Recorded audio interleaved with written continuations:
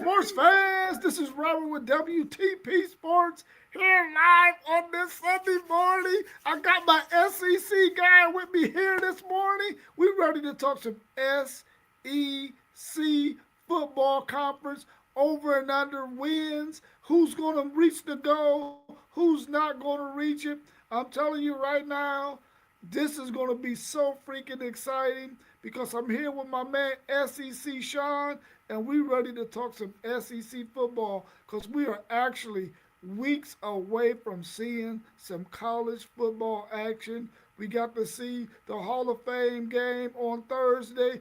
Football is back. It's what we've all been waiting for. How you feeling, SEC Sean? Good. I always say when the calendar flips to August is when we're going to see football.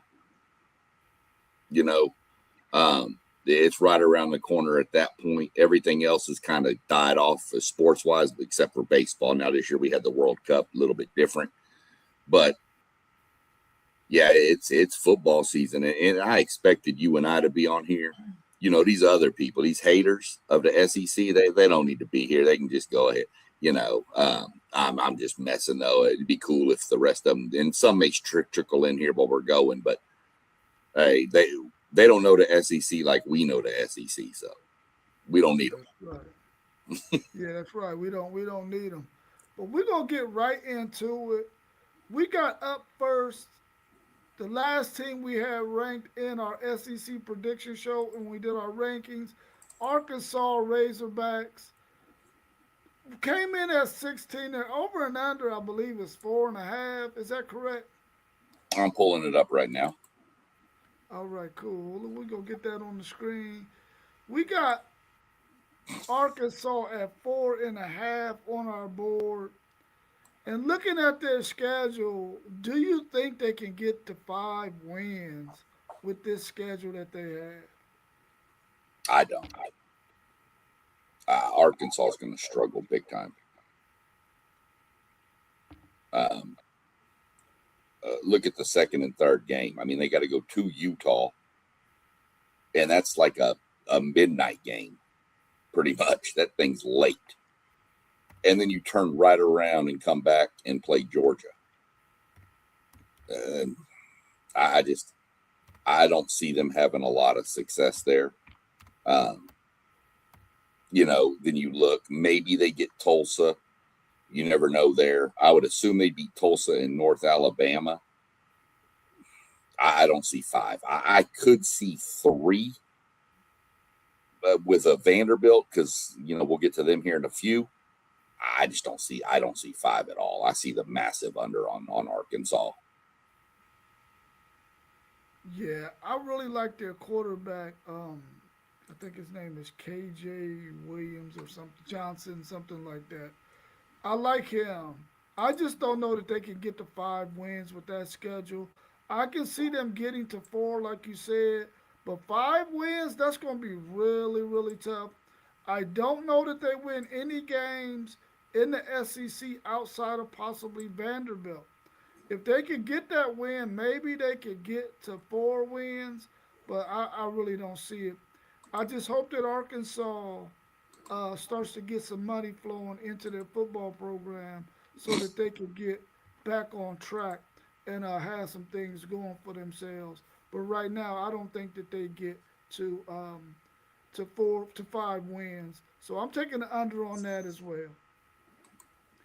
We had Vanderbilt come in at 15, and they're at 5.5 in their over and under. What's your thoughts on Vanderbilt? Can they get to 6 wins? Are they going to be competitive enough? But we know they got the number one or highly rated quarterback that did not go to Georgia. He ended up coming to Vanderbilt. Do you see them being able to get the 6 wins? They have a good quarterback, Jared Curtis, I believe is his name. Um, but he's a freshman, and they lost a lot of weapons. You lose Eli Stowers, you know, of course, Pavia, you know. I think, Clark Lee's a good coach, and I think they'll be competitive. They should win their first 2 games, man. But after that, it's going to be swing games with Arkansas, Mississippi State. I expect Kentucky to be a lot better this year, so I see them dropping that one. I don't see 5. I could see potentially 4 if they get the swing games with Arkansas and Mississippi State. But I'm not even sure about Mississippi State. They're coming up soon too, and I'm got some high hopes on them a little bit. Not high hopes, but a little better than where they've been. So I'm going to have to stick with the under on Vanderbilt. I think they're going to struggle this year. Yeah, for me, Vanderbilt 5 is the ceiling for me. I don't see them getting anything higher than 5. Yes, they can get Austin P. Yes, they can get Delaware. Maybe they can get NC State. But once they get into SEC play, outside of those 2 swing games that you talked about, Arkansas and Mississippi State, outside of that, I can't really see them getting to 6 wins for sure. But I think their ceiling is 5 wins. I don't even think they get that. I see them as a 4-8 team, maybe even a 3-9 team this year. Which, man, we was on a really high run with Vanderbilt the last 2 years with Diego Pavia. I would like to see them relevant, man, because they gave us some really good contests. Uh, Twice against Alabama, you know. And so they played Texas well 2 years in a row. Even though last year they were getting thumped early, they made a really, really great comeback. So I want to see our Vanderbilt always be a solid team in the SEC. This year, I just don't think so. Maybe once They've their quarterback comes around, they might get there. they've also beat Tennessee Yeah, last year, and I thought they beat them. I think they beat them twice. yeah. So we'll see what happens with them. I think you're right. I think we're both right. I think the under's where we're going here. Yeah, for sure. Let's take a look at the team that came in at 14 at our rankings, Mississippi State. We know those bells are going to be ringing there. Their over and under is 4.5 for Mississippi State. What's your thoughts on them? Can they get the 5 wins? They have a really dynamic quarterback. We talked about their cornerback yesterday in our top 10 quarterback show. Can they turn the corner, especially at home? Can they get at least 5 wins at home to propel them over that 4.5 over and under?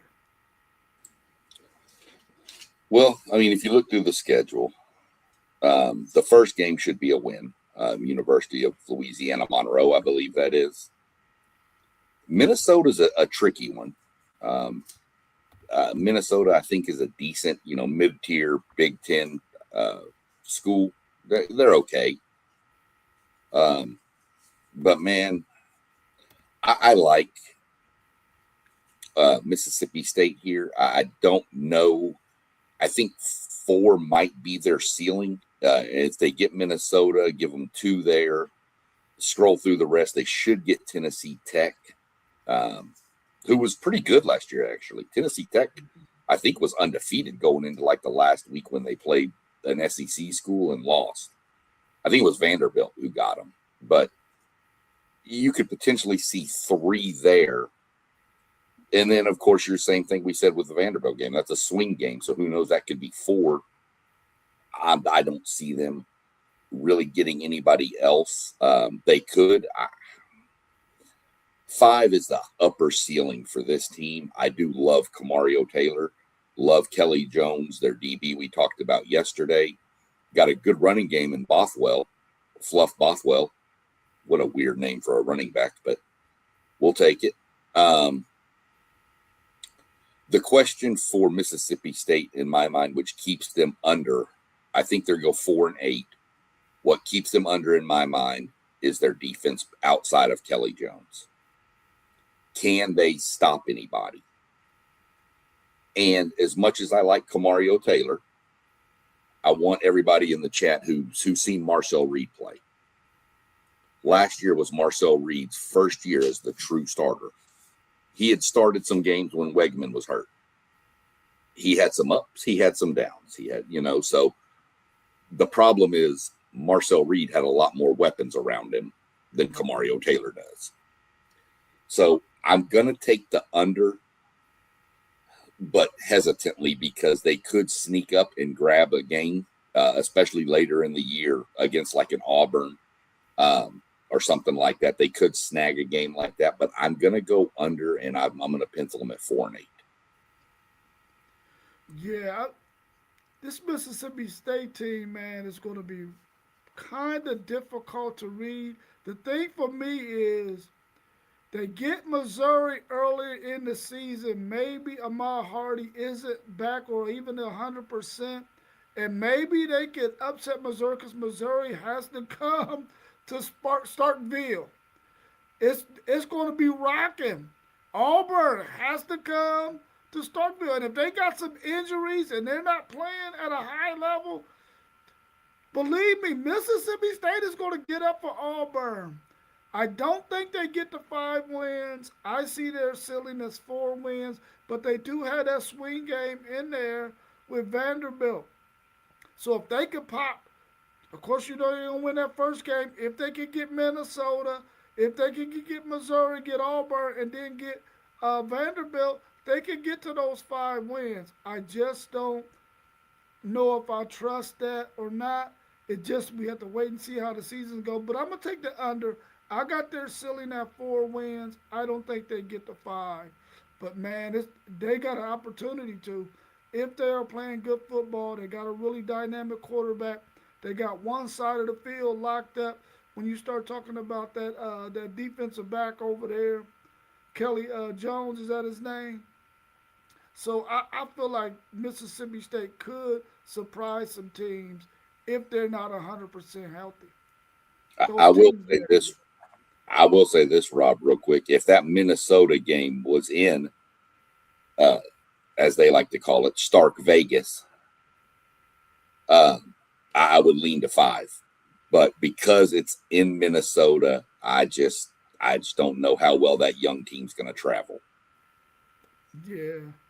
Yeah, and you don't know how well Taylor's going to play in that game. Will he be able to use his legs and his arm in that game on the road? Early in the season at that. Like I said, if it was in Stark Vegas, I would be big Mississippi State too. Because, man, their fans are phenomenal. I love their fans and what they do with those bells, and they make it a hostile environment every time. If they still had those wide receivers they had last year, I would be a little higher on them too, but I'm quite sure their over and under would be higher as well. At 13, we came in with Kentucky. Kentucky is one of those teams, like I feel like, man, they've changed coaching regimes. They got some talent on this team. They always play somebody tough and had them on upset alert. I think this team is ready to turn the corner in terms of talent. They always put a player or two in the NFL in the first 3 rounds. I like this Kentucky team. I just think they just happen to be in a loaded conference that just has an extreme amount of talent. What's your thoughts on Kentucky? Their over and under is 4.5 as well. Less than what Vanderbilt is. What do you think about this Kentucky team? Well, I like this Kentucky team more than I like the Vanderbilt team. I think with their new head coach, former OC from Oregon, and everybody knows Oregon has been pretty good on offense. Now, it's a whole new system, new coaches. I want to say the DC is Bateman, who came from A&M. So it's going to depend. I mean, we've mentioned their quarterback, Minchie. Post game, who another member of the WTP Sports family, big Notre Dame guy, said he pushed Carr for the starting position in Notre Dame last year. So now you bring him in. Now you got to build rapport and everything with your players. I think I'm taking the over, but slightly. maybe 5-7. I think they get Youngstown State. The problem I see with them is their schedule is so crazy. Excuse me. They got Youngstown State, but then they get Bama, who we'll get to in a little bit. And then they got to travel to College Station. Then you get a break with South Alabama. But then, much like some of these SEC schedules, look at this gauntlet. I mean, at South Carolina, we know Williams-Brice, I think, or whatever the stadium is. Maybe it's not Williams-Brice. Anyway, the stadium out there is crazy, especially if it's a night game. They get LSU at home, but LSU will be probably a lot better than they will be at the beginning of the season. Vanderbilt's on there, could get Vanderbilt. They always play Tennessee tough. And then what's Florida going to be? What's Missouri going to be at that point? So I'm going to go 5-7. They're going to get somebody. As long as it's not September 19th, I don't care who else they get, as long as they don't get that one. Yeah, for me, I really feel like if they can get past the Alabama and that Texas A&M game, neither one of them games are they going to win. But can they play well enough? They get Alabama at home. Can they play Alabama well enough to get some confidence? Because they're going to go to A&M, and they're going to see that stadium rocking like it rocks, man. And they're going to probably come down a couple of notches. But then they get the rebound with South Alabama. At that point, can you be 2-2? We really don't know what South Carolina is going to be, but you got to go on the road to play them there. Maybe you could get them a really good game, and maybe you can squeeze that thing out. But then you get to get Vanderbilt at home, a game that you can win. And then, they got Tennessee, Florida. What is Florida going to be like at that point? What is Missouri going to be like at that point? Are they going to be licking wounds because both of those teams are going to be playing some really tough competition in the SEC by that point? Are they busted up? Have they been able to put some things together? Can Kentucky upset them? Of course, they got to go to Missouri, but Missouri might be banged up and might be hanging it up at that point. But they get Florida at home. I think this team gets to 5 wins. I think they're going to finish the season 5-7. I'm gonna take the over for this Kentucky team. I'm high on my man C.J. Baxter, who was there. Also, big Elijah Bo Barnes is there on the defensive side of the ball. I think this team can be really, really good in terms of playing really competitive. I don't think their record is going to show that, but hopefully they can get up to 5 wins. I'm going to take the over on Kentucky getting to 5-7. For Kentucky fans, you have to look at that first 4-game stretch, and you have to understand that you're where I see it is you have to be 2-2 after those 4. You have to be. If you're 1-3, we're going to have some problems. But now, we don't know what Alabama's going to do. We're going to talk about them. But if you get Alabama and you go 3-1 in that stretch, you're definitely probably going to hit your over. Yeah, for sure. What's up, Melissa? We like the fact that you're in here with us. Thank you so much. Hello to you. Thank you for joining us and supporting us. Make sure you subscribe to the channel, whichever channel you're on, and then all the rest of our channels are scrolling at the top. We would love for you to support all of us. At number 12, we came in with Florida, and their over and under is 7.5. So there's apparently somebody out there that thinks Florida is going to be pretty decent football team. At 7.5 over and under, I don't know if they get there. We just talked about how they're going to look by the time they get to play Kentucky later on in the back half of the season. What's your thoughts on this team? They got a really big win last year against Texas in the Swamp. Can they protect their home court and win as many games as possible at home and maybe still a few on the road to get to 8 wins? Man, they always say Vegas knows more than we do. And brother, they must. Because if you see 8 wins here, you're taking the first 2. Florida Atlantic should beat them. Campbell should beat the Camels.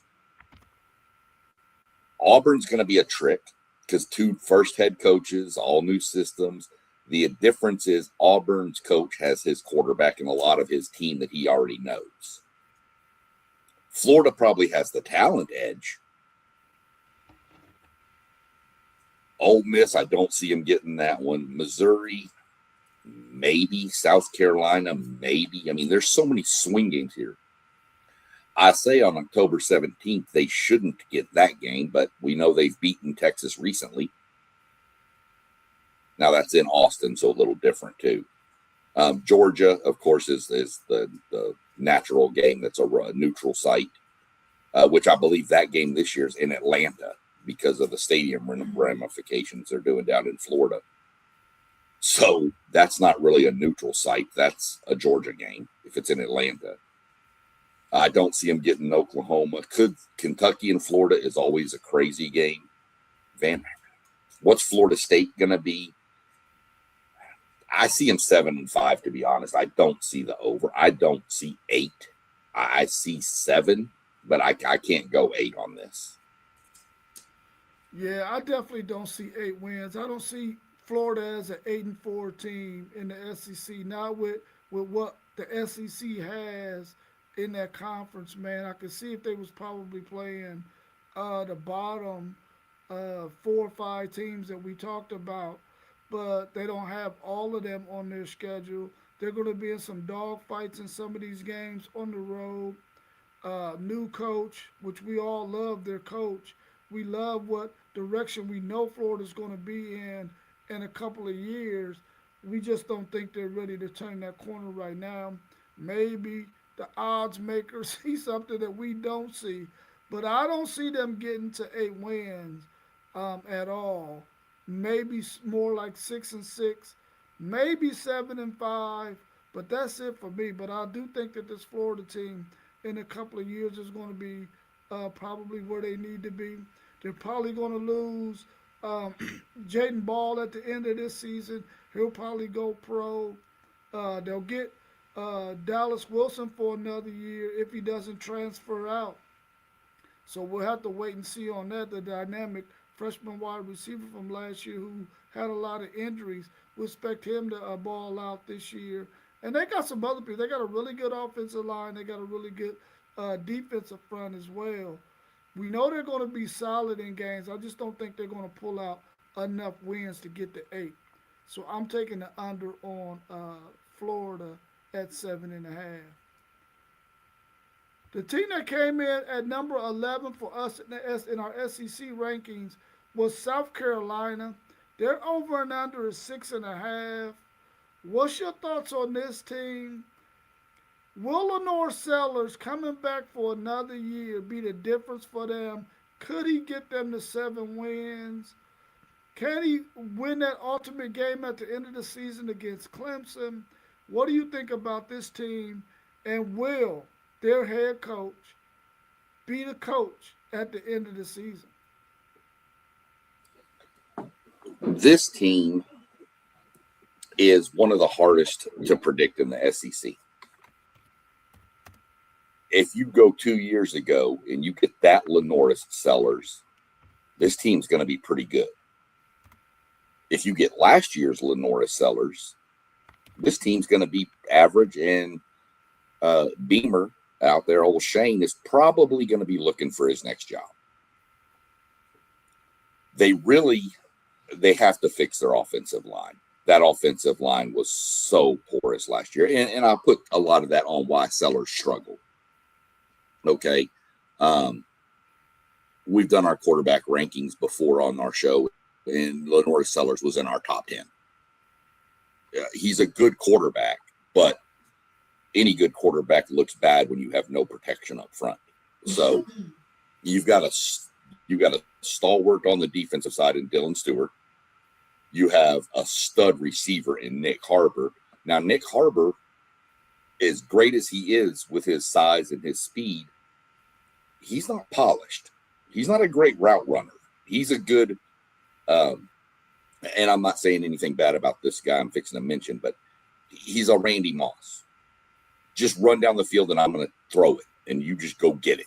And then that's what I see out of Nick Harbor. He's just not a polished route runner. Now, does that change this year when they got Bryles in as the new OC? We'll see. That's the other thing. You're learning a whole new offensive system.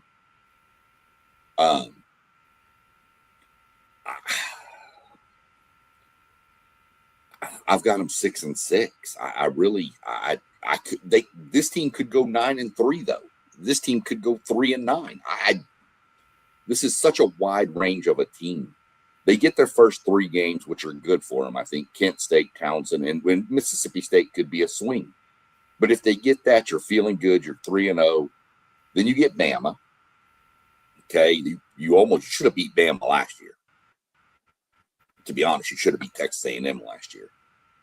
Kentucky, Florida. I mean, their first 6 stretch is what are we going to do? I mean, you could go 6. They could start 6-0. They could start 3-3. The back half of their schedule, I think, is what gets them, minus the Arkansas game. The back half of their schedule after going through, I mean, you go Tennessee, Oklahoma, A&M back to back to back. That's not a fun stretch. Now you do get A&M at home, but then you get Arkansas, then you go Georgia, Clemson, and we don't know what Clemson's going to be either. So I'm going 6-6. I'm going under. I think they're a 500 team, and I think Shane Beamer's fired after this because Sellers is leaving, so he's going to have to be, whatever. So I think they just rebuild with a new head coach next year. Man, I'm telling you right now, if they start this season 2-0 and then they mess around and go 2-4, he's probably getting fired by the time they get done with Oklahoma because they got to travel. I think that is to Oklahoma, and we already know what that Oklahoma defense is going to be. That might be the nail in the coffin for him. He could possibly be 2-6 at that point. I want to say 6-6 is their ceiling. I don't think they'll get there, man. I think maybe 5 wins might be their ceiling. Of course, 2 wins is their floor because they should win their first 2 games of the season. I just don't know what they're going to look like. I'll tell you this, though. If you want Lenore Sellers and Nick Harper to have success, you got to be able to run the football to force that safety to come down and run support so you can get Harper over the top.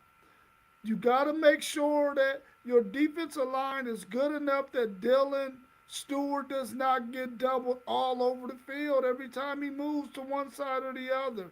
They got to do the things that's necessary to allow their playmakers to have success. If they don't scheme it right, Beamer, pack your bags, bro, because you're going to go be some coordinator somewhere else or go be an analyst or something like that for a while because you're going to get fired. Unless there's not anybody that wants that South Carolina job. Well, that's the problem. Now go ahead. Yeah, that's the problem with South Carolina is if you can win in South Carolina, it's a stepping stone to a bigger job. And it's nothing against South Carolina and their fans. I hope anybody that watches this doesn't think I'm saying that. Their fans are phenomenal, but South Carolina is not the electric. It's not. If you're at South Carolina and you go 11-2, get into the college football playoff, there's going to be somebody like, just an example, Alabama. If Alabama calls, you're leaving South Carolina to go to Alabama. I mean, that's just how it is. I mean, if Notre Dame calls, you're going. If Texas calls, you're leaving. You're leaving Columbia, South Carolina, and going somewhere else. But we'll see. I mean, I don't see Beamer lasting the year either. Yeah, I was going to say that too. Their fans are phenomenal. I love the South Carolina fans. They are really phenomenal. Coming in at 10 for us was Missouri. And even though we don't know what Missouri is going to look like, we don't know if Amar Hardy is going to be 100%. We don't know about this team totally yet.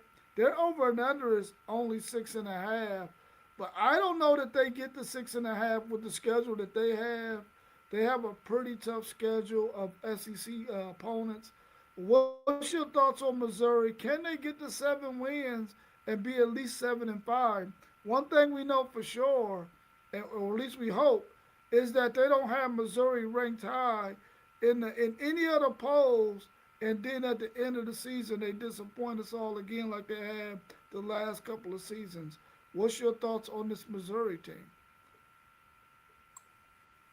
Luckily, their schedule is really easy in the beginning.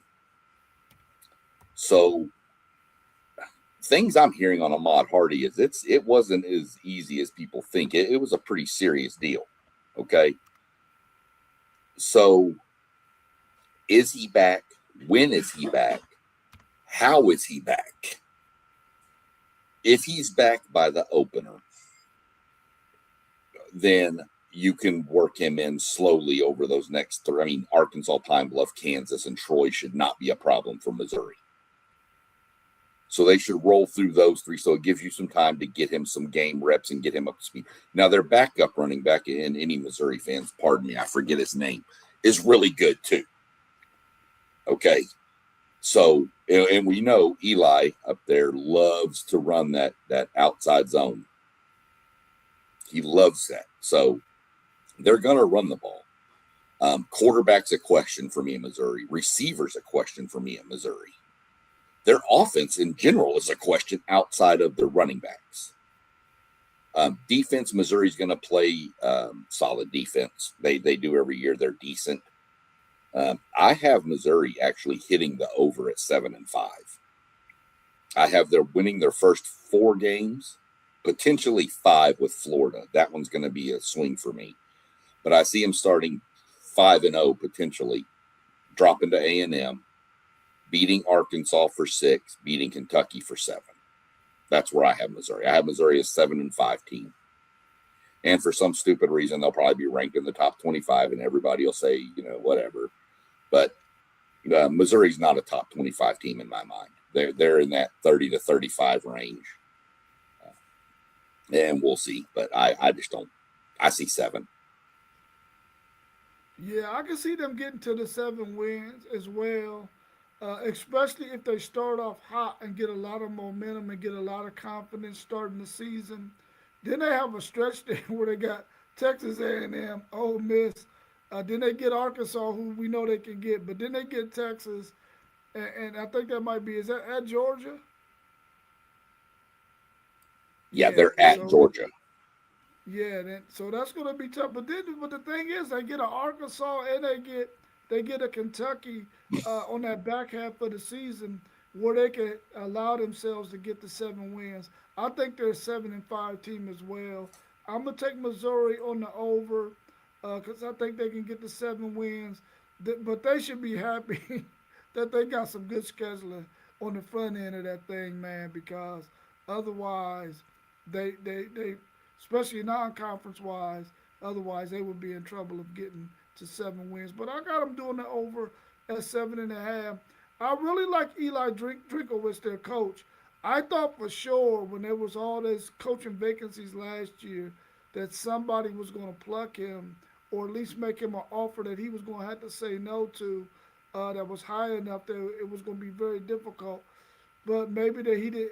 Maybe he had some opportunities, but just didn't feel like it was a nice enough opportunity to leave Missouri. But I really like him as a coach. Coming That in at makes one number of us nine, because I can't stand that guy. you can't stand.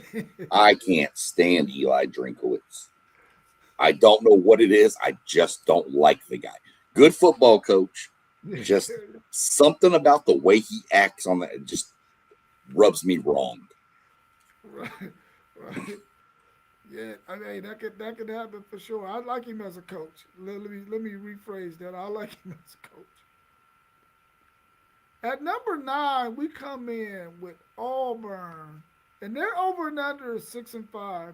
This is an Auburn team that had a really good defense last year. Their offense was putrid, putrid. It was horrible, man. And they lose some offensive weapons. They just couldn't get it right at the quarterback position. They got a decent quarterback that is coming there. Hopefully, he can help them turn the corner. Can they be better in the run game? I think their defense will be solid like it was last year, but can they get complimentary football from their offense? What's your thoughts on this Auburn team? Their over and under is a 6.5. Can they get to those 7 wins? There's some guys on our group here, Rob, that are really high on this team. Post game, I believe, is pretty high on them. I'm not. Their quarterback is great. Brown, he's good. He was great. This is a whole different level that you're fixing to run into. These defenders want to, lack of a better word, just take your head off. They want to just beat you down. I don't think that the Memphises and the Tulanes of the world he's been playing had anything like what he's fixing to see. Plus, I don't think the defensive schemes down in that level are near what you're going to see in the SEC. That being said, I don't see 6. Even if you get the Baylor game, which I don't think they do, you can get Southern Miss. Maybe Florida and Vanderbilt. So maybe you're 3-1, but then you at Tennessee, at Georgia, LSU at home, at Ole Miss. That's 4 losses in a row right there. And then you do get Arkansas and Mississippi State and Samford, which I think gets you to 6. I think they go 6-6, maybe 5-7, because I'm not sure that they beat Mississippi State. So, and then, I'm going 6. I guess you could see 7 if you want to put on War Eagle glasses and look really hard and squint. Maybe close one eye and stand on one leg. They could get Alabama to get them to 7, but I just, that's at Bryant Denny. I don't see that happening. We'll see what happens, brother. They lost Cam Coleman. I mean, they do have some defense back. Don't get me wrong. Xavier Atkins, we've mentioned before, is good, but I don't see it. I see the under here. I see 5-7, potentially 4-8. Yeah. Oh man, I'm right on the fence of 6-7. Can they get Florida? Can they get Vanderbilt? We know they're gonna get Arkansas, but can they get Mississippi State late in the season? We know they're gonna get Samford. I got them right there at 6, but can they get that 7th win? I don't know that they're going to get Alabama and Bryant Denny. That's just not a place that you can go in there and just get wins. You know what? I'm gonna take a shot with them. I'm gonna say they get the 7 wins. I'm gonna say they beat Florida. They beat Vanderbilt. Of course, they're gonna get Arkansas, and I got them beating Mississippi State. I'm gonna get them to 7-5. I'm gonna take the over. But it ain't like I'm gonna sell my home on it. That's for sure. That's for sure. Anything else you want to mention about Auburn and their possibility of possibly turning that thing around and becoming a competitive team in that state of Alabama again? Because they haven't been the team that we've grown accustomed to seeing at the end of the season, especially when they played Alabama well in the past. And a couple of times they should have beat them recently, but didn't do that. Anything else you want to add about Auburn? I'm sorry. Well, I think if you want to look at it realistically, Auburn is probably further ahead than Florida and Arkansas with first-year coaches because he brought his team with him. It's kind of the same situation you've got at Oklahoma State, where the coach comes and his whole team comes. So it helps the transition. I think they're going to have a little bit of struggles. But I think if you get to 6 wins, I think the fan base will start seeing there's something coming. And then I believe they've got the right coach. I'll go ahead and say that. I believe Golish is the right hire for Auburn. But you're going to have to give him a year or two. My biggest concern is with all of his players coming from South Florida, they leave next year, and now you're going to see how well you can recruit in the SEC. Yeah. So we're going to see, but I do think they have the right coach. We'll just have to see what happens with it. But I think Auburn being good helps college football. It does. It does. Going to that number 8, we had Tennessee. Tennessee is over and under 7.5. What's your thoughts on this Tennessee team? Because they got some games on their schedule where they're gonna be in some dog fights, and if they're not at home, because we really don't know what they are yet. What's your thoughts on this team, and what's going to be some key games on their schedule that they're going to have to win to get to 8 wins? I, who's the quarterback? This is what we don't know. They're going to have to figure the quarterback out. That's going to hurt you trying to figure that out. Granted, what's the guy's name? Is it Faison Brandon or Brandon Faison? The one that's over there that they think is going to be the starter? Yeah. Okay, so he looks good against Furman, maybe Georgia Tech and Kennesaw State. He's like, oh, they found the next quarterback. They found Josh Heupel. And then here comes Texas. And here, freshman or whatever, take on Colin Simmons. Good luck. That's a struggle, I think. I mean, obviously, they should start 3-0. I'll be fair there. They should beat Georgia Tech. I think Georgia Tech is down.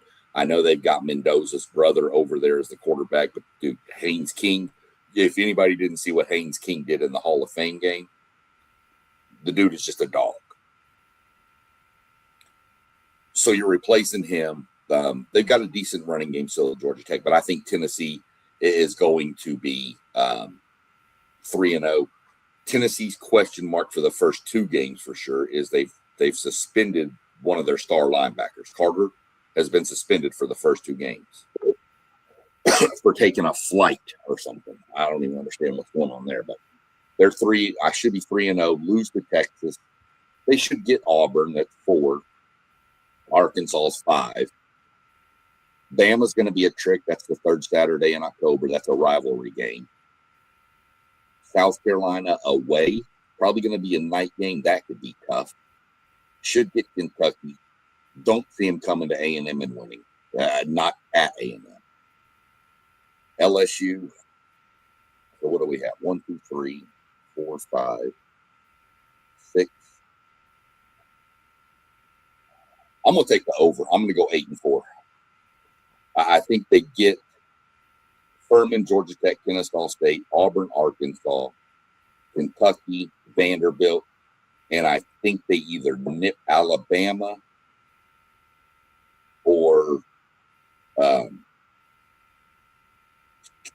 was the other one? South Carolina. Well, I'm going to go 8-4. I'm going to take the over on Tennessee. Let's welcome our man T1 to the show.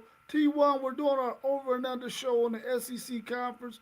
We're at number 8 Tennessee right now. Tennessee came in at number 8 in our SEC rankings when we did our preview on them. What's your thoughts on this Tennessee team? And I'm going to let you look at their record if you can see it on there and see if they get to 8 wins. I'm going to go first and then we're going to come back to you.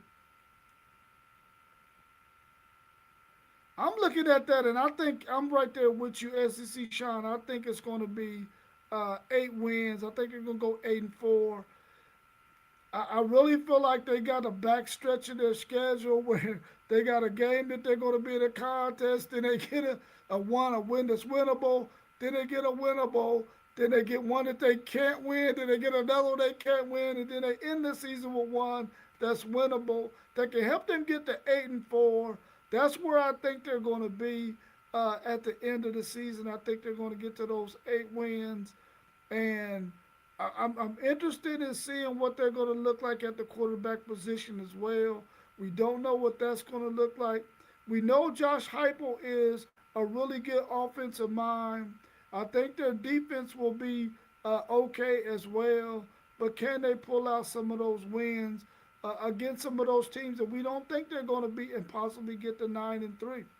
Let's get our take from T1 on what he think about Tennessee and can they get 8 wins to go over that 7.5 over and under that is predicted for them. Welcome to the show, T1. What up? What up? What up? I just came with the nosy, bro. I'm on the plane. I just landed in Charlotte, and I saw that y'all was live, so I just popped in. Okay, are you in Look, Charlotte I to probably stay should or are be you on on a on layover? YouTube. I'm on my layover on my way to Jamaica. Oh, you're on your way to Jamaica. Okay, that's dope, bro. Right before we go back to work, you're gonna get it in. That's cool. We'll continue to I watch the got to. road show until you gotta take off. We appreciate you joining us, though. Appreciate y'all, fellas. Let's go to the seventh ranked team that we had in our SEC rankings. Number seven, Alabama. Real quick, Rob. Real quick. Yeah, but Just a couple quick thoughts on Tennessee before we jump up to Alabama. Is LSU and A&M are going to be tricky games because the quarterback will be figured out by then, and he would have already faced some good competition.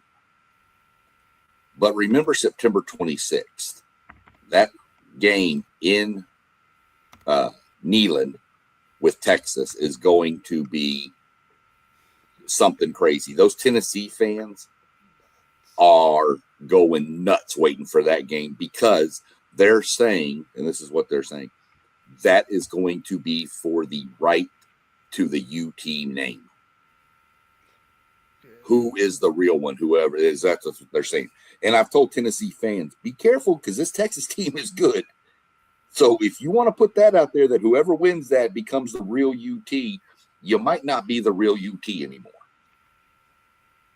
man, I am strongly thinking about making that drive to Knoxville to see that game. I think it's maybe about a 4.5, 5 hour drive from Columbus. I'm really Yeah, it's not considering bad. going there, man, but I just know that those fans are going to be ultra excited. And I just don't want to get caught up in no melee, man. But I'm really debating on whether or not I want to go to that game. I at least want to see the atmosphere because I probably won't get to see that atmosphere for probably another 8 years. So hopefully, I'll make up my mind before that time comes and I can make it down there to that game. Well, I really you need want to to see let me that. know. Yeah, let me know for sure if you're going because the other show that I watch a lot to get some information and knowledge and fun really they're going to be at that game and they're going to have a little meetup before the game and I'll tell you where they're going to be. You can go meet them up and see what's going Oh on yeah, that'll be and they'll good. take care of you. They're good Yeah, yeah, people. for sure. Yeah, for sure. That'll be good. Hey, Rob, is that a night game? We're predicting it to possibly be a night game, but we don't know yet. Cause Yeah, I think I nothing's. think uh, I think Tennessee want this thing to be at a 2:30, 3:30 game. It might be a night game though. We'll have to No. wait and see. I'm about to go to the night game. I'm going to see.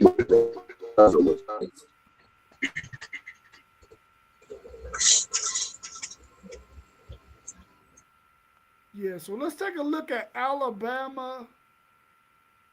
They're at 8.5 wins for the over and under. What's your thoughts on Alabama? We saw this Alabama team during the middle of the season. They played well after losing to Florida State early in the season.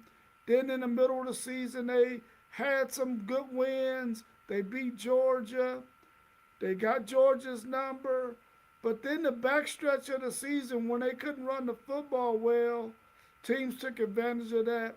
They made it to the college football playoffs after getting thumped by Georgia in the rematch in the championship game. and then they beat Oklahoma, but then get thumped by Indiana. What's your thoughts on this Alabama team? We know that Kellen DeBoer is probably not going to be on the hot seat with the organization, but with the fans, he's going to stay on that hot seat, especially if he don't get past this 8.5 wins. What's your thoughts on Alabama? Can they get the 9 wins? Before jumping on that, the Tennessee-Texas game is at noon. Noon, yeah. I knew it was going to be an early game. The game's kicking off at noon. 8-5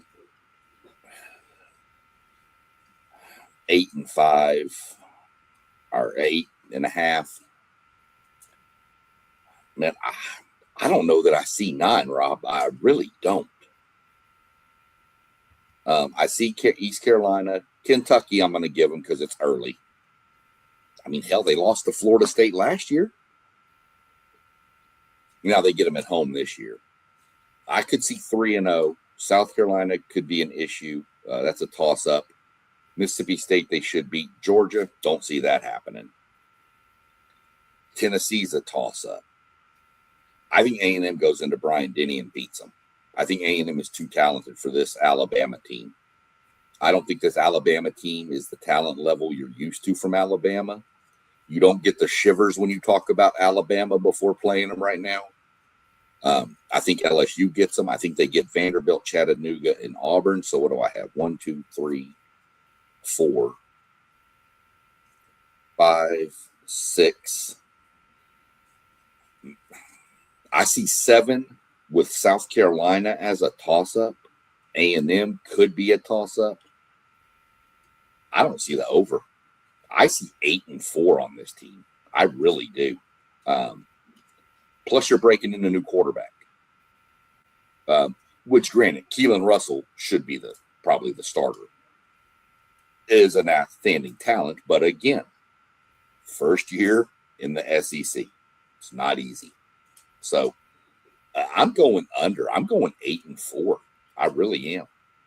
And if it's 8-4, everybody please tune into the Paul Feinbaum show, because it is going to be must listen, whether radio or TV. It is going to be exciting because those Alabama fans are going to lose their minds. Yeah, I'm telling you right now, I think Alabama will be 8-3. No, they will be 8-3 by the time they meet Auburn, with an opportunity to go 9-3, and that game will decide it. I don't see them beating Georgia. I don't see them beating Texas A&M, and I don't see them beating LSU. Could they take an L to Tennessee? That's possible. But I got them at that point being 8-3, possibly with a chance of going 9-3. I wouldn't put the house on it. I'm gonna take the over though and say that they get the 9 wins. They have to get the 9 wins, man. It would not be nice in Alabama if they don't get the 9 wins. Hey, Rob, and that's surprise. Them boys, they not getting an 8. 7-5. It's gonna be some T1, I mad could folks. definitely see 7-5 too, bro. I could definitely see 7-5. I'm reaching for the 9 right now. And SEC Sean doesn't even have them getting to the 9 either. He got them at 8-4. But 7-5 is very likely. Very, very likely. But I will say 7-5 is probably their floor. Full floor, yeah. And I honestly think 9-3 is their ceiling. They're going to be in that range, but I see it 8-4. That's where I got them. I definitely don't see 10-2. That's for sure. At number 6 in our rankings, we came in with Mississippi. Their over and under is 7.5. What's your thoughts on this Mississippi team? Because we don't really know what they're going to look like. Of course, they got some of their coaching staff that stayed, that did not go with Lane Kiffin, that took over as the head coach, and some some other position areas. They got a dynamic duo. When you talk about Trinidad Chambliss and Keywan Lacey, you know they're going to have some decent wide receivers. They got some dudes on that defense, though. What do you think about this Mississippi team? Can they get to 8 wins? Man, this is yes, they have Chambliss, they have Lacey. Got questions about their wide receivers. Defense should be okay, due to Golding being the DC that was under Kiffin anyway. Man, Rob, I don't know, man. What's that offense going to do? I mean, you've lost Kiffin, one of the brightest offensive minds in college football. You've lost his OC in Weiss. He's with Kiffin now. You didn't really lose many players. I mean, as far as, like Chambliss and Lacey, I assumed they were gone when Kiffin was gone. So shout out to Golding for being able to keep those guys. What are they? That's the question, is what are they going to look like on offense? Louisville should beat them, I think, and maybe not, but I think Louisville gets them in week 1. Should beat Charlotte. September 19th. I'm not watching any. If I don't watch any other game that day, I promise you I'm tuned into that one. And while I'm on that topic, let me see if there's been a time announced for that game. Real quick. So that's at Oxford. So LSU is going to be in their still infancy stages of figuring out how everybody gels. Should get Florida, should get Vanderbilt. Missouri, I think you get Missouri. Texas is going to be fun. Then, yeah, I'm going over. I'm going over Charlotte, Florida, Vanderbilt, and Auburn, Wofford, Mississippi State. And I think they're going to get another team or two somewhere. They could get Louisville, which puts them at 7. That LSU game could be a win.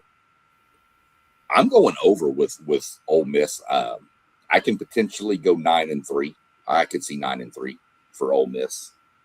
And I'm trying to see here what they've got listed. Yeah, I figured that. You can figure that LSU Ole Miss game. That's a 7:30 p.m. game. So, yeah, I'm going to take the over on Ole Miss. LSU in Texas? I think they're going to be. I think that's a night game too. Is that at LSU for y'all? In Death Valley. Yes, in Death Valley. Yeah. Damn, both of us got to go there. Yeah, that's what I was saying. LSU, they got a tough schedule, but they get all of the dogs. They get them at home, and we'll talk about that later on when we get to LSU. But man, this Mississippi team for me, the key game right off the bat is Louisville. Can you get that win? Can you get that win and be confident by the time you get to LSU, which has the major storyline? And this is the thing that I like about college football now, is they take advantage of storylines, man. When there's something going on between two teams, especially when they're in conference, oh yeah, you get scheduled that next season. You gonna have to figure this thing out. It's must-see TV because y'all got a storyline, y'all got some kind of history that we gotta exploit, and we gotta get the ratings going. And I like the fact that LSU got that. You got Texas and Ole Miss. You got Texas and Tennessee dealing with the whole Manning family storyline. I just like the way they do it, man. And I think if they can get Louisville, they have a little leeway if they lose to LSU. But then they can't lose many more than that. I think their floor is probably 8-4, and their ceiling is 10-2. I think this team goes at least 8-4, but I think 9-3 is probably where they're going to end up at. They got some really tough matchups, man. You got to play LSU at home. You got to go to Texas, and you got to go to Georgia. And that's probably your three losses. And do they got y'all too? They don't have y'all, right? Yeah, they don't have y'all. No, Yeah. they got Georgia at home, Oh, they but they got have to Georgia go. at home. Yeah, that's Oh the yeah, thing yeah, for yeah. anybody watching. I should have mentioned this earlier. The highlighted colors, uh, the brighter colors are the away games. Neutral sites are in more of a team color, but they go to Oh. Oklahoma right after Georgia. Ooh, yeah, and then what they do got LSU at home, so that's favorable for them too. To at least Yeah, get them at home. So wow. yeah. You got any thoughts on that T1 if you're still there, or can we move on? Yeah, y'all can move on. It's pretty loud in this airport. Okay, cool. Well, at five, we come in with that Oklahoma team that we just mentioned, and their over and under is 7.5. How do you feel about this Oklahoma team? We know defensively they're going to be really, really good defensively. Probably one of the top five defenses in the country. But can their offense play complementary football? They got a returning quarterback that's been in this system for 3 years with this same offensive coordinator. We know Brent Venables is going to have a viable defense. He's had that really since he's been there at Oklahoma.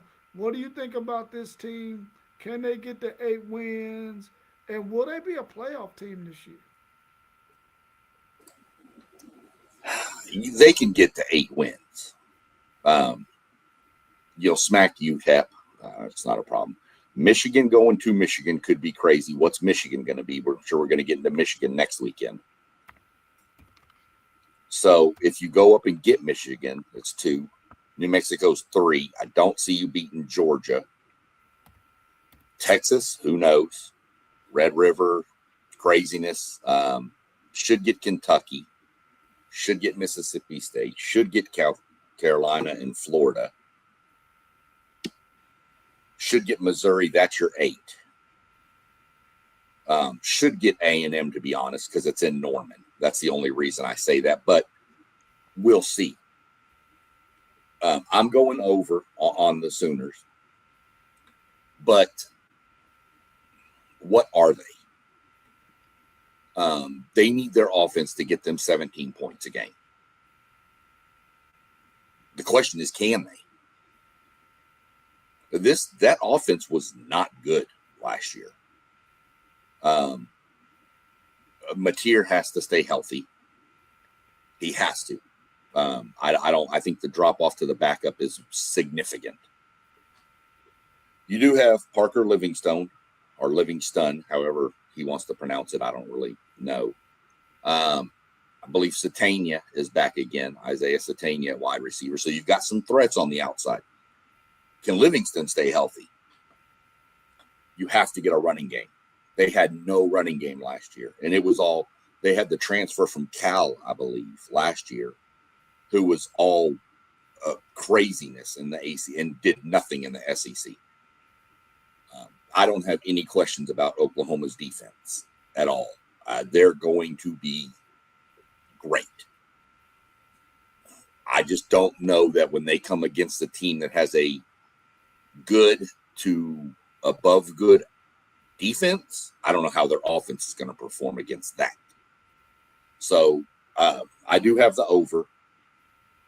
I do not have them as a playoff team. Even 8-4, 9-3. I think if they drop the wrong game, say they lose to Michigan and wind up 9-3, but let's say Michigan struggles this year and is really, really low in the Big Ten, that's going to hurt them, kind of like Florida did with Texas last year. So I've got 9-3, but not a playoff team this year. Yeah, for me, Oklahoma, we know they're gonna have a really good defense. I got them going over. I think they can get the 8 wins. The thing for me with them though, man, is and I think they're gonna have to get this thing figured out. Is you can't be one dimensional in the SEC, and it's not because the team made you one dimensional. It's just because you can't do a certain thing. And if they cannot run the football, they are going to be in trouble, man. And they can't. They can't. They've already shown that John Mateer cannot be your exclusive runner. He can't be the guy that gets all your runs, and you think he's going to make it through the SEC unscathed because that just doesn't happen. And I think if their defense plays like it did last year, like you said, they got to get at least 17 points. I'm thinking more like 20 to be really safe. 17 for a lot of those teams can be a really safe number, but to get some of them better teams in the SEC, it's going to have to be 20 or more. And I don't know that they can get to that. But they got to get the running game established, man. They got to make that happen. This offensive line will be back. They'll be a year older, but they're still very, very young. I don't know that they really fixed their offensive line. I don't think that their running game is going to be there. So I got them. They're ceiling at 9-3. Their floor is probably 7-5, but I think they get the 8 wins and end up 8-4. This Oklahoma team. As long as they don't beat Texas, I don't care what the rest what the rest of the season looks like. At number 4, we come in with LSU.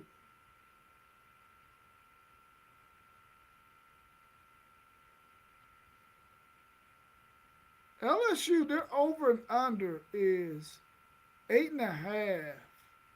They get Lane Kiffin in the house. What do you think about this LSU team? 9 wins. Will they make the college football playoffs? I don't know if they've made the college football playoffs since they made it with that dynamic team, probably the best national championship team in the history of college football. Back when they had Joe Burrow and all those wide receivers. What do you think about this LSU team? Can they make it to the college football playoffs? And will they get 9 wins?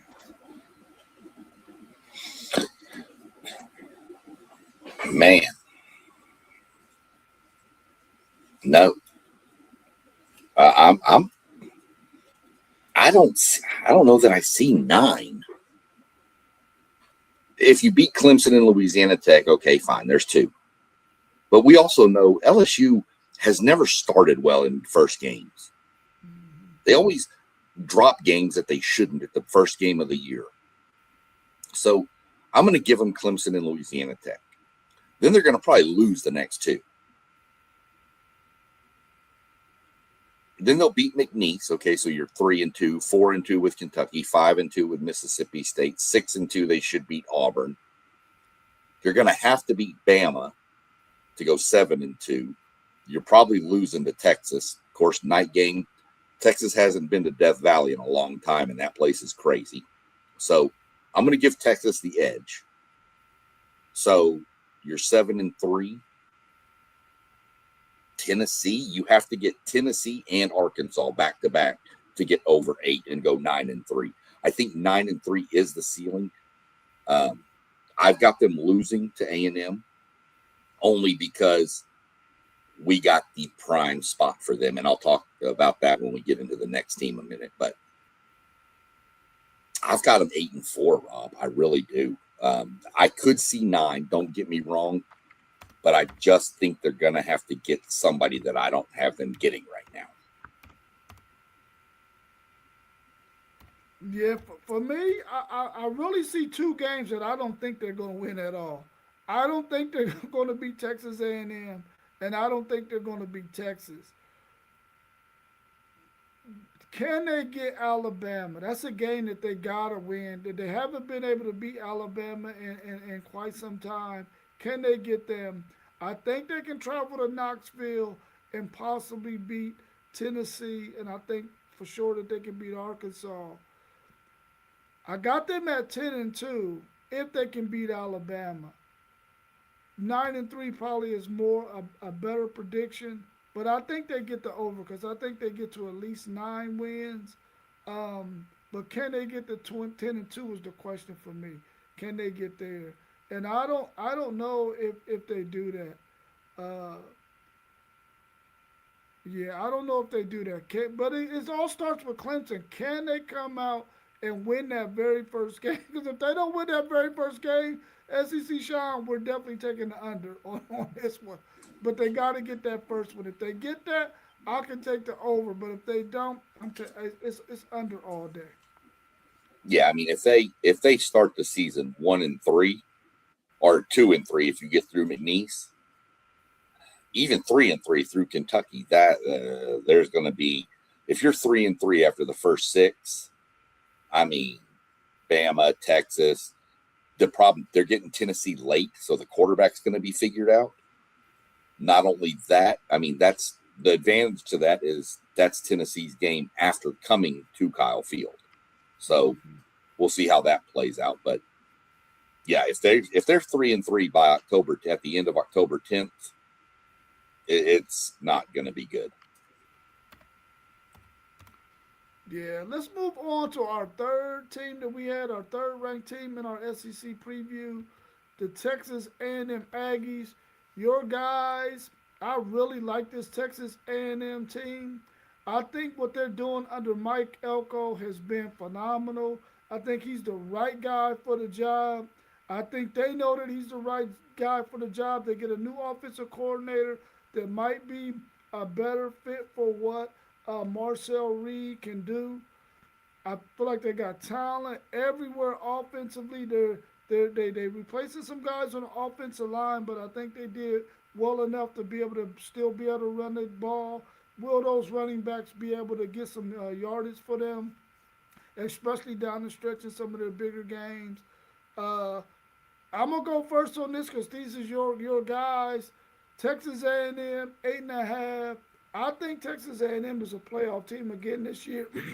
I got them going at least 10-2. I think they definitely do the over here. And I think anytime you got to go to Cal Field to play them, especially if you got to go play them at night, you in for one heck of a show, and you probably gonna get beat pretty good. I like this Texas A&M team. I like the direction that they're going. And outside of Texas, which they can beat Texas at home, that's the only game that I think that Texas A&M uh, that I don't want Texas A&M to win because I'm a Texas Longhorns fan. But what's your thoughts on your Aggies? Are they going to beat this 8.5? And do you see them as a playoff team? First off, I got to give a shout out to the mascot up here on the schedule with the little eye patch. Because everybody that doesn't know, A&M's mascot had to have her right eye removed. So she wears an eye patch now. So I had to do that. Man, Rob, I'm going to tell you right now, we're going over. That's a given. I honestly, in my mind, I have us 8-0 heading into the bye week.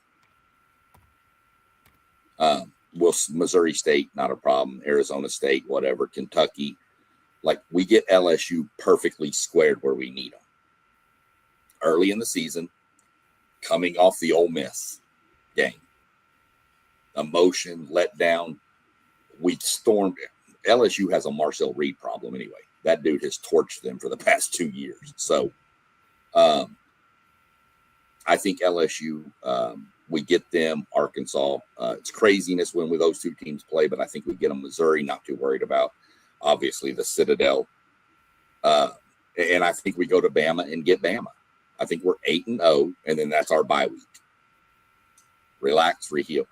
South Carolina, we can go 2-2 in the back four, though. That's the trick. We can lose to South Carolina. We could beat Tennessee. We could lose to Oklahoma and beat Texas. We could beat South Carolina and Tennessee and lose to Oklahoma and Texas. I can see any 2-2 combination coming out of that. I can also see 3-1. I could see, I can see an 11-1, 10-2 season is what I see here. I would hate to lose the last two games because the narrative, can't finish in the end. But, I mean, who else is playing that at the back of their schedule? I mean, that's why I think we go 8-0. I think our schedule's front loaded with games winnable. But I think the back four are just some of the most brutal stretch you'll see in the SEC. With the travel to South Carolina, you do get Tennessee at home, but Oklahoma is not fun to travel to, and then Texas at home. So that's a hell. Luckily, the bye week is in between, because if not, that 5-week stretch from Bama to Texas would be just, oh my God. But I think if A&M goes 9-3 is kind of where I would see the low end on mine. But I see 10-2 with this team. This team, the running backs, they've got to step up. You're right. The offensive line has to gel. However, we do have one of the best offensive line coaches in college football in Adam Cushing. We have probably the premier strength and conditioning coach in Tommy Moffitt, who was there. If people don't know him, he was there when LSU was dominating people. He was their strength and conditioning coach that Brian Kelly got rid of. Thanks, Brian Kelly. The receiving, Rob, the receiving is nasty. The secondary is crazy. So we got to fix our run defense, but I think we will. I trust Elko to do that. We write higher for College Station, but I've got 10-2 A&M. That's just where I see it. Yeah, I see their floor is 10-2, and then I see their upside is 12-0, 11-1. But I agree with you. Their freaking bye week is perfectly placed, man. Because I didn't look at that backstretch until just now, really in depth.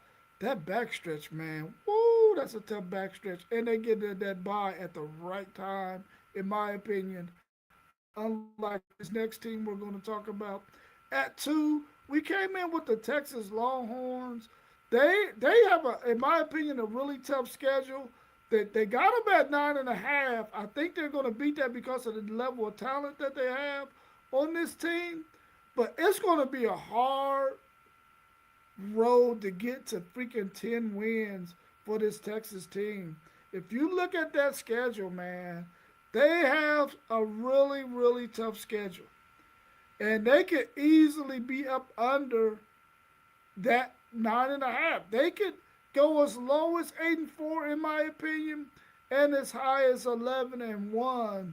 What's your thoughts on this Texas team, your rival? Do you see them making the college football playoffs? Well, I'll say this. This is one of the most loaded rosters in all of college football. But I'm going to use something against Texas that has been mentioned before, not by me or any Aggies either, by the way. This is by other people. Texas seems to stumble when they have loaded rosters.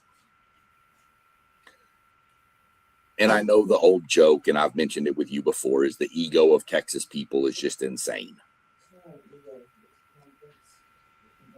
And, so the Texas football fans, they think because they're Texas, they're going to walk out onto the field and just beat everybody.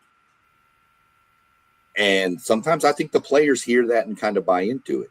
If Texas goes and smacks, and I'm not saying this is going to happen, T1, don't jump in and rip me. But if Texas blows out Ohio State, that's be something I'd be concerned about, because Texas has a history of getting ahead of themselves. And then they'll drop a game to Tennessee and drop a game to Mississippi State. Almost beat them last year and had no business doing it. Luckily, but God, that Texas team is loaded, man. Arch has to have another solid year. He can't have, as they call the sophomore slump. He can't have that. Your receivers have to stay healthy. Cam Coleman has to prove it to me before I say he's that good. Granted, he hasn't had a good quarterback throwing him the ball, so let's give him that credit. But he's had a lot of drops too. Ryan Wingo has a lot of drops. You've got to get better. Y'all got a talented running attack.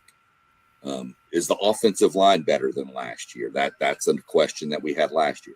I have no questions about y'all's defense. That Oklahoma and Texas game could be 3-0.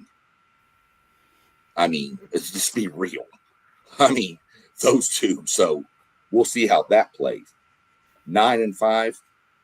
I see Texas 10-2, 11-1. I don't think you go undefeated. I just don't. I think you drop a game somewhere. Here's your problem. And you and I have discussed this. If you look, there's a gap between September 26th and October 10th. Your bye week is after Tennessee.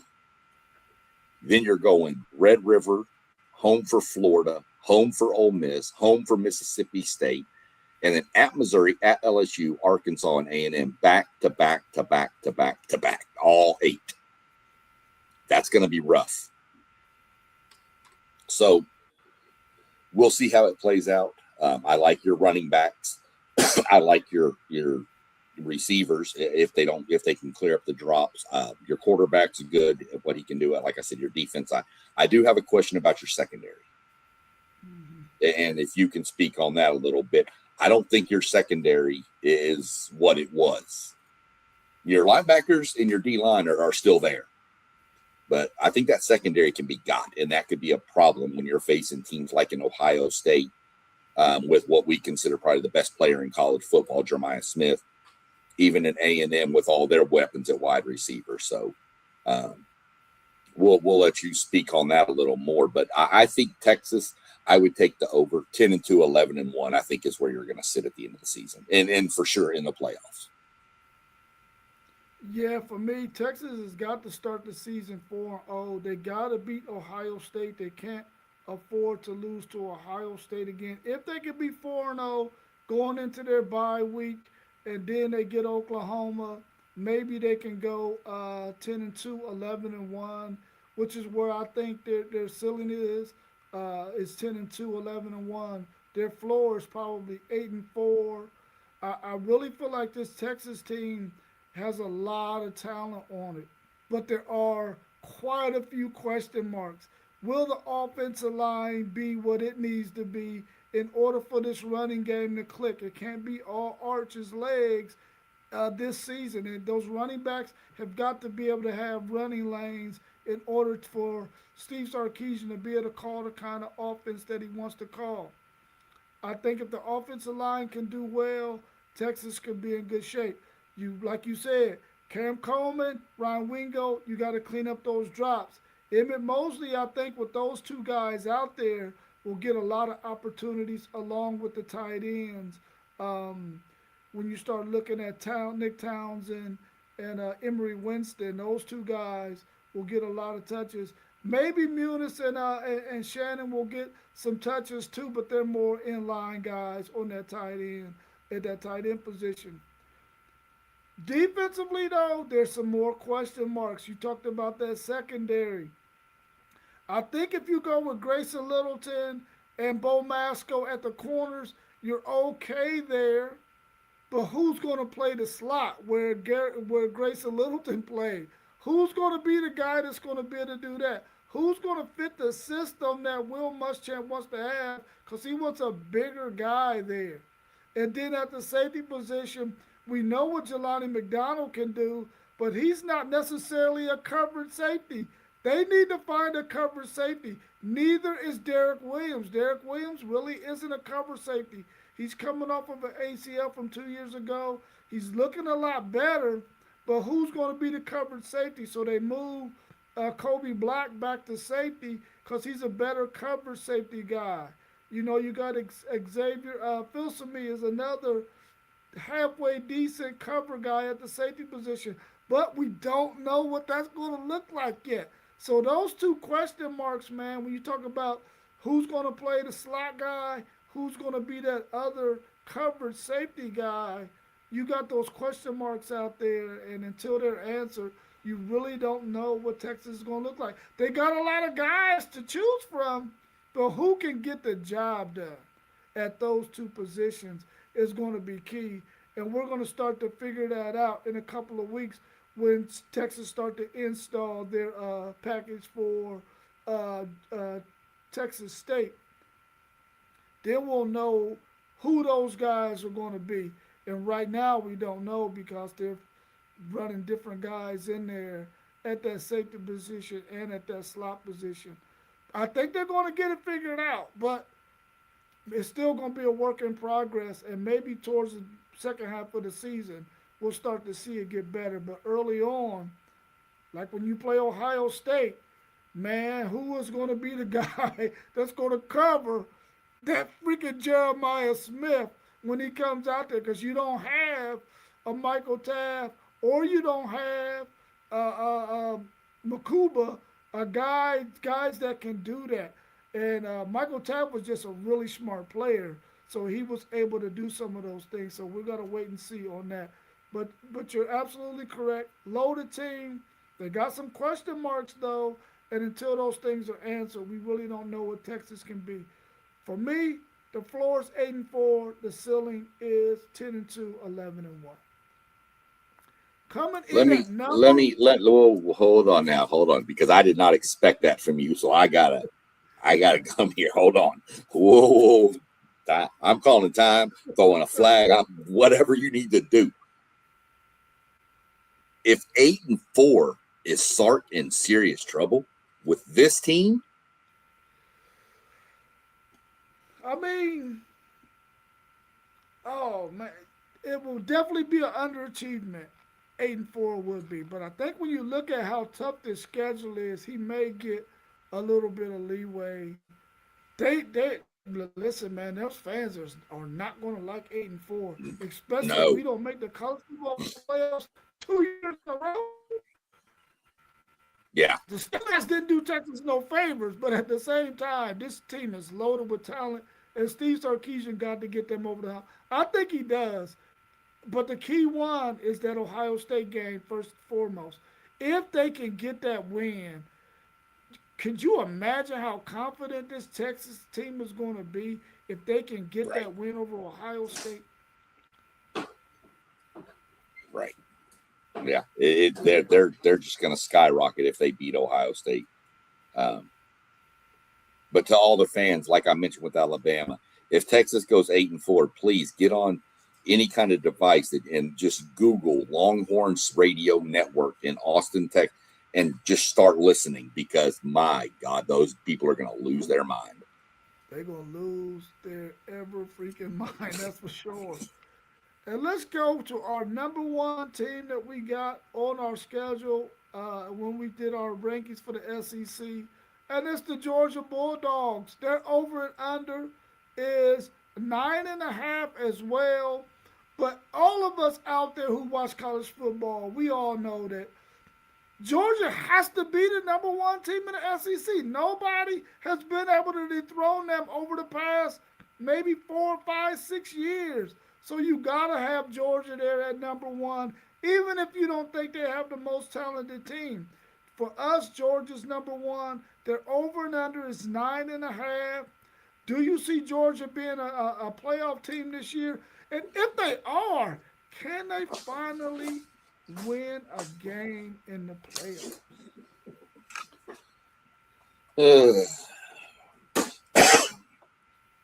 Yeah, they're a playoff team. That's a given. Can they win a game in the playoffs? First off, take the over here. This is an 11-1 team, probably at worst. And that one could be Oklahoma. I don't see Bama giving them a problem. Ole Miss maybe, because it's in Oxford, and Ole Miss has gotten Georgia before in Oxford. But I still think this is an 11-1 team. I think their floor is 10-2 if they drop both of those games. But the scheduling gods love Georgia here.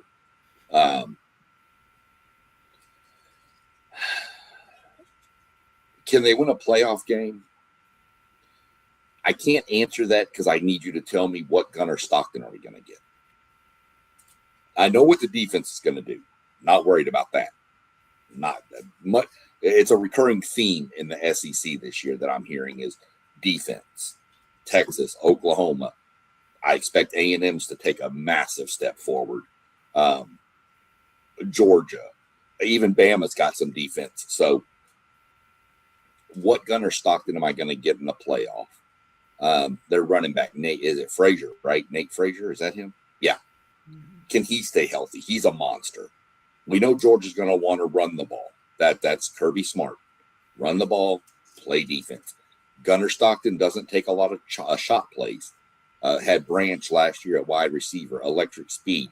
Used him in the quick game, slants, bubbles, and let his speed and athleticism take over. Georgia has to find some sort of passing game downfield. They did it a little bit last year at the end of the Tennessee game because they had to, and that was more of Gunnar Stockton just throwing it and hoping, and it worked out. But tight ends obviously are going to be critical in this. That's a Kirby Smart staple.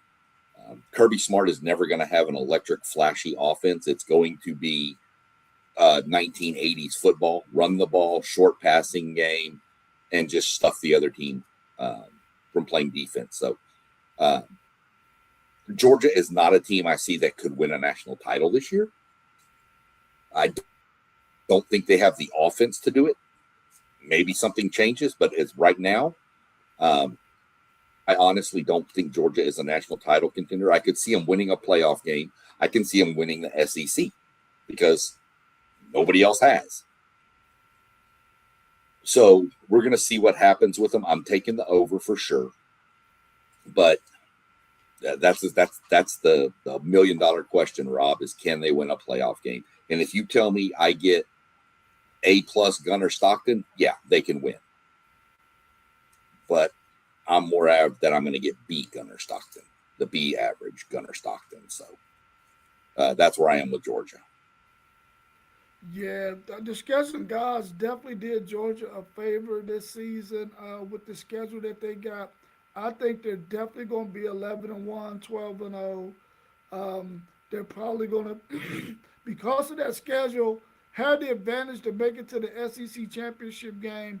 In my opinion, to either play the winner of the Texas A&M game. At least I hope that's how it plays out. We always want that game at the end of the season to be worth all the marbles, like it has been the last two seasons.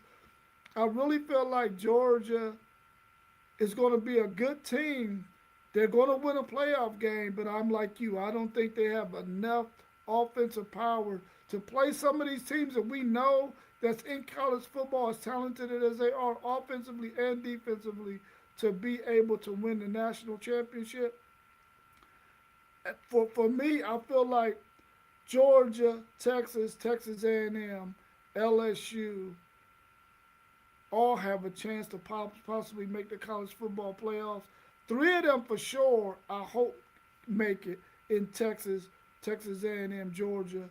Do you got four teams that you think from this SEC that can make the college football playoffs?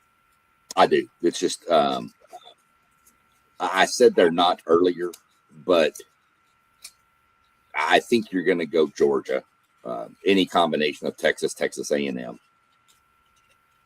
And then I think, in all honesty, your fourth is going to be, does LSU or Oklahoma go 9-3 with the right key win? And I could see one of those in. It's going to come down to those two, I think, to get the fourth one. I don't think the SEC gets 5 in this year, not with a 9-game schedule. I think 4 is the ceiling for the SEC. And I think they get, like I said, the first 3. You mentioned Georgia and Texas A&M winner in the SEC championship game. I'm going to go a step further, and I'm going to tell you that little round robin between Texas, Oklahoma, and A&M that all play each other, whoever goes 2-0 in that stretch will be in the SEC championship game. That's a good take for sure. That's definitely a good take. And I'd have to go back and look if LSU, because I know LSU plays Texas and A&M.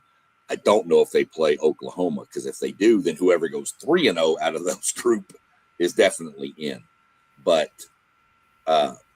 yeah, I see 4. Georgia, Texas A&M, and a combination of LSU and Oklahoma is where I would see 4. I just think 4 is too.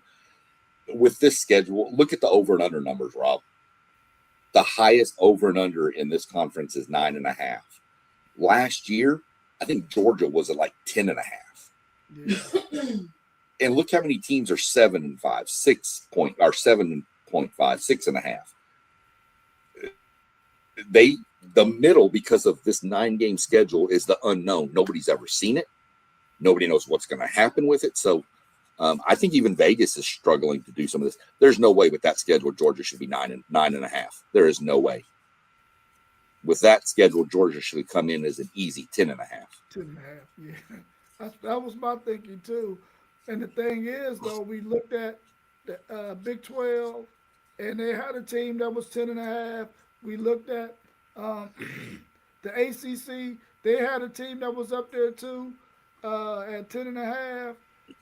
And I feel like when we look at the SEC, we didn't get to 10.5. I think next week when we look at the Big 10, we won't get to 10.5. I think they're going to be 9.5 as well. If somebody in that Big 10 has a 10.5, that's going to be news to me, because I don't see anybody in that conference having an over and under of 10.5, in my opinion, with the schedules that I see. The only one that would have a 10.5, in honesty, there's only two I can think that would even consider that, and I haven't looked, so I don't know. And it'd have to be either Oregon or Ohio State. Oregon, Ohio State, yeah. I mean, Oregon is loaded. We know that. So, yeah, we're going to find out next week. But, yeah, I thought that was weird when I was putting this together last night with these over and unders, Rob. I was like, this seems weird. But, like I said, nobody knows what to expect out of this. So we'll see what happens. But it's going to be fun. I'm going to tell you that every week in the SEC is going to be fun. It's going to be fun. They're going to carry Saturday football like they did last year, the year before that, the year before that. As much as take some Big Ten fans.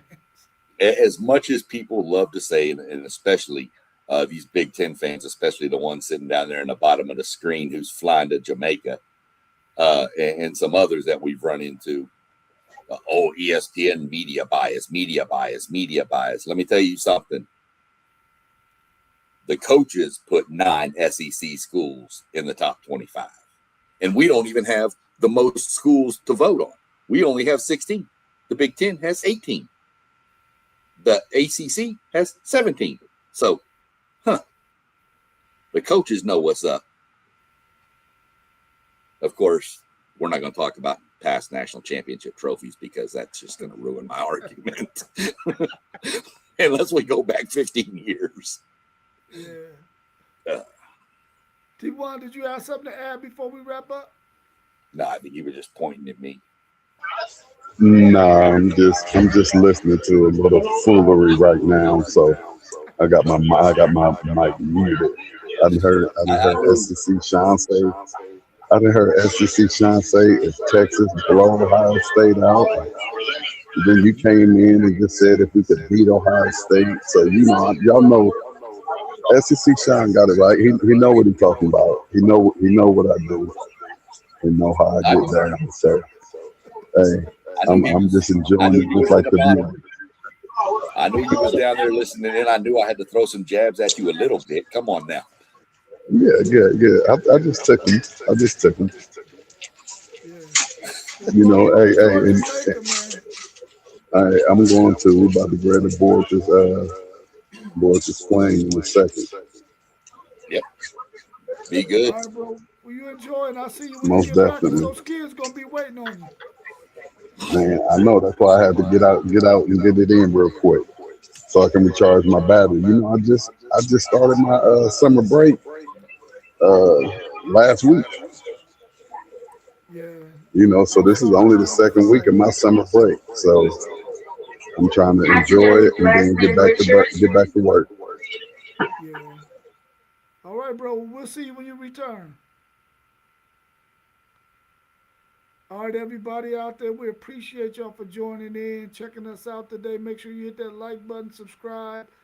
Make sure you subscribe to every channel that you see scrolling across the top.